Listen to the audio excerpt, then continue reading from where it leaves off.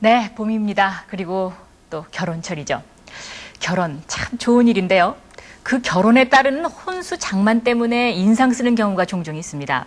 남들이 하니까 또 체면을 쫓아서 이것저것 다 같이 하다 보면 혼수 가지수가 정말 점점 늘어나죠. 사실 결혼한 후에 1, 2년 지나면서 이런 거는 좀 안 했으면 절약했겠다 싶은 것들이 꽤 있습니다. 저도 사실은요. 장롱 안에 아직도 예물로 받은 한복 옷감들이 있거든요. 그래서 경제 매거진에서는 결혼하고 보니까 짐이 되는 혼수는 어떤 것이었는지 이것을 알아봤습니다. 유은영 리포터입니다.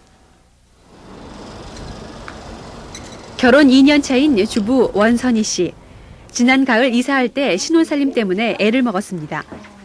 이사를 자주 해야 하는 형편인 신혼 때 큰 장롱은 애물단지입니다.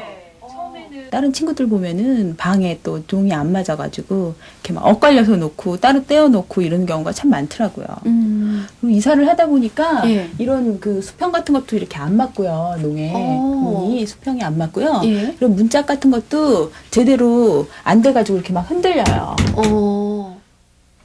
비싼 혼수품 가운데는 후회되는 것들도 많습니다.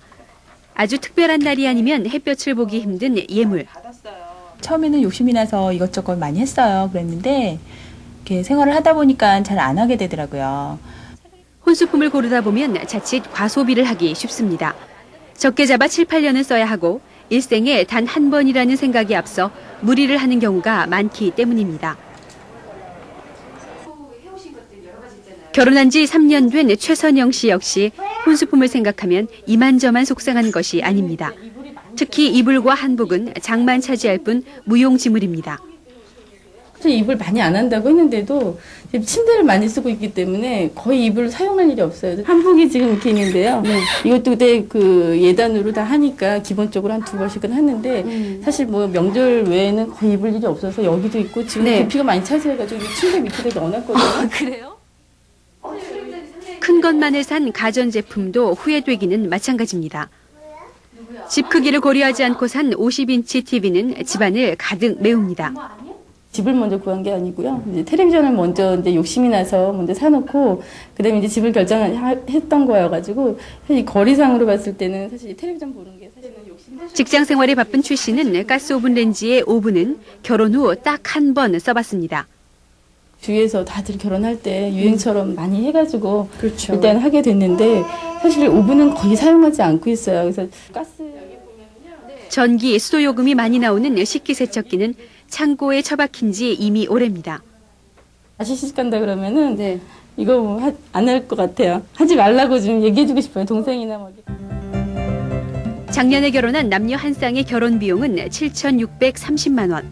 그중 주택자금이 55.9%인 4,262만 원으로 가장 많았고 살림살이는 13.3%인 1,014만 원, 예단이 472만 원, 예물이 415만 원으로 혼수로 들어가는 비용이 평균 2천만 원 정도가 들었습니다. 예전에는 혼수용품을 구입할 때 가전제품이나 가구, 예물 등을 세트로 구입하는 경우가 많았는데요. 요즘 신세대 신혼부부들은 자신이 살 공간에 맞고 자신에게 꼭 필요한 것만을 구입하는 경우가 늘고 있다고 합니다. 올 4월에 결혼 예정인 박정원, 김진순 씨는 비용을 최대한 줄여보기로 했습니다.